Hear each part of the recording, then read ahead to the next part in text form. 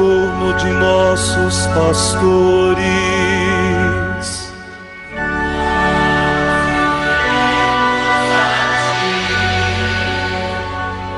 Professando todos uma só fé,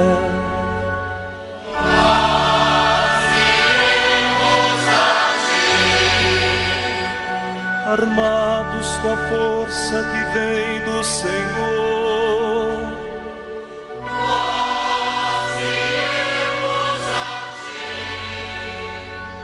sob o impulso do Espírito Santo. E neste quinto domingo do tempo comum, meu irmão, minha irmã, a igreja nos dirige a sua palavra, a palavra da sua tradição. O texto que nos é oferecido no dia de hoje é tirado do comentário sobre a carta aos Gálatas de Santo Agostinho, bispo, do século V da nossa era cristã. O título que acompanha este trecho é o seguinte: compreendamos a graça de Deus.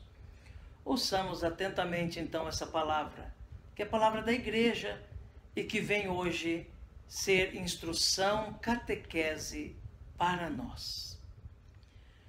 O apóstolo escreve aos Gálatas com a intenção de fazê-los compreender que a graça de Deus neles atua de tal modo que não mais estão sob a lei. Ao ser proclamada a graça do Evangelho, não faltou quem dentre os judeus, mesmo se dizendo cristão, não tivesse entendido o imenso benefício da graça e teimasse em manter-se sob o jugo da lei que o Senhor Deus impusera não aos servidores da justiça, mas aos servidores do pecado. Esta lei era justa para os homens injustos, a fim de mostrar-lhes o pecado, mas não para tirá-lo. Nada, com efeito, apaga o pecado, a não ser a graça da fé que age pela caridade. De fato, certos judeus queriam impor aos Gálatas, já possuidores da graça, o peso da lei, afirmando de nada lhes aproveitar o Evangelho, a não ser que se deixassem circuncidar e adotassem os outros ritos judaicos puramente carnais. Por essa razão, começaram a suspeitar de Paulo, que lhes havia pregado o Evangelho, julgando-o infiel à doutrina dos outros apóstolos, que obrigavam os gentios a viverem como judeus. O apóstolo Pedro cedera ao escândalo de tais homens e deixara-se levar à simulação, como se pensasse também ele que aos gentios de nada serviria o Evangelho se não cumprissem os preceitos onerosos da lei. O apóstolo Paulo afasta-o dessa simulação, como conta nesta carta. Trata-se aqui da mesma questão que na carta aos Romanos. Contudo, nesta última, parece haver outra coisa, pois acaba com uma contenda e tranquiliza a situação entre os partidários dos judeus e os gentios que haviam aceitado a fé. Em nossa carta, porém, dirige-se àqueles que estavam abalados por causa da autoridade daqueles judeus que os constrangiam aos preceitos da lei. Já haviam começado a dar-lhes crédito, pensando que o apóstolo Paulo não lhes havia pregado toda a verdade, por não querer deixá-los circuncidar-se.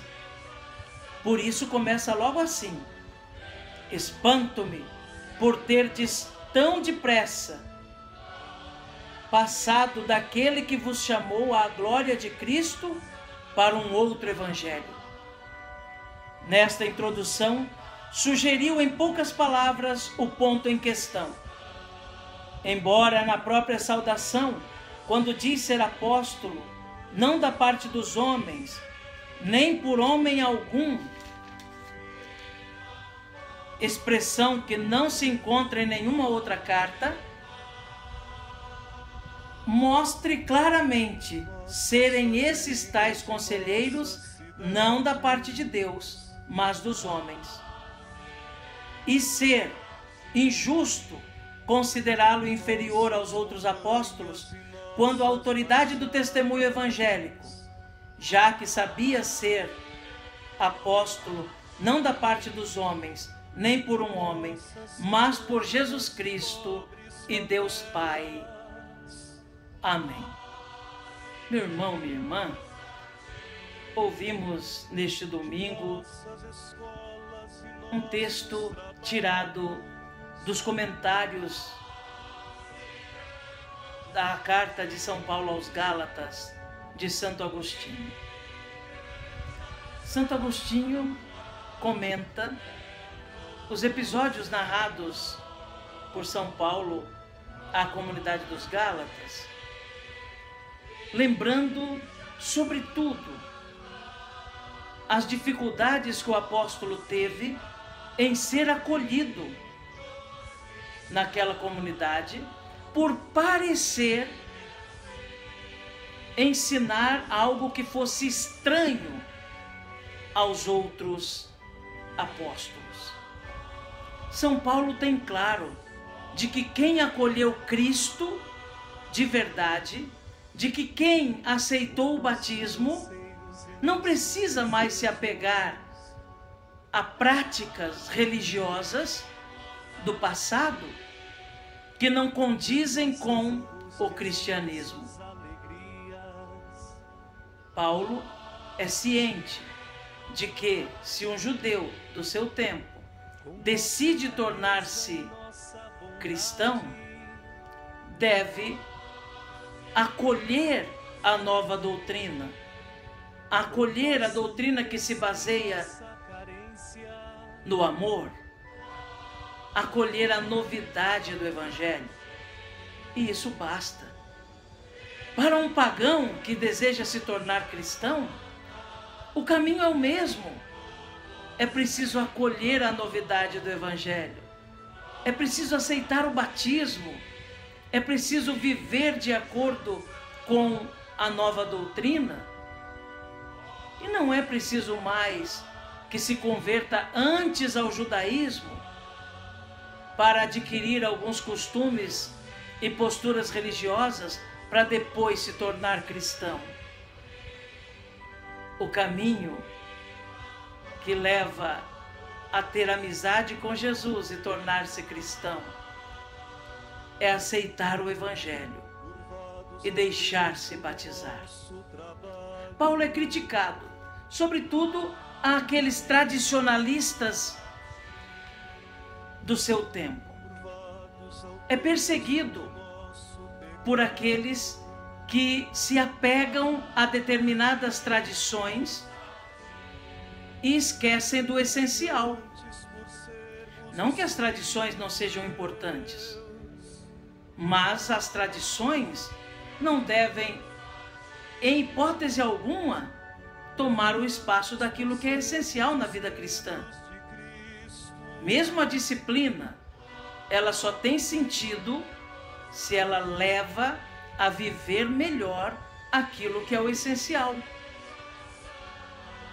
A circuncisão, que era uma exigência para os judeus, passa a não ser mais uma exigência para um cristão, porque agora a circuncisão não é mais corporal, é do espírito, é da alma, é o arrependimento, é a busca de Deus, é o abrir-se ao Evangelho, é o estar disposto a aceitar a mensagem do amor, é viver a caridade. Essa é a circuncisão que agrada a Deus. E assim, Paulo fala até que a comunidade dos Gálatas tem ali alguns que estão pregando um outro evangelho.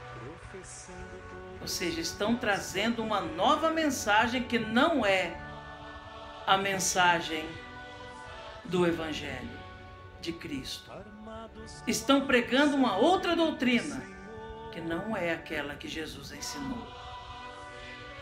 O apego às tradições do passado acaba por descaracterizar ou diminuir aquilo que é o essencial, o central na vida de fé. Por isso, Paulo censura mesmo o apóstolo Pedro, que por um tempo se deixou levar por aquelas ideias, mas caiu em si e percebeu que Paulo estava correto em dizer que a lei verdadeira, que substitui todas as leis do passado, é a lei do Evangelho, é a lei do amor.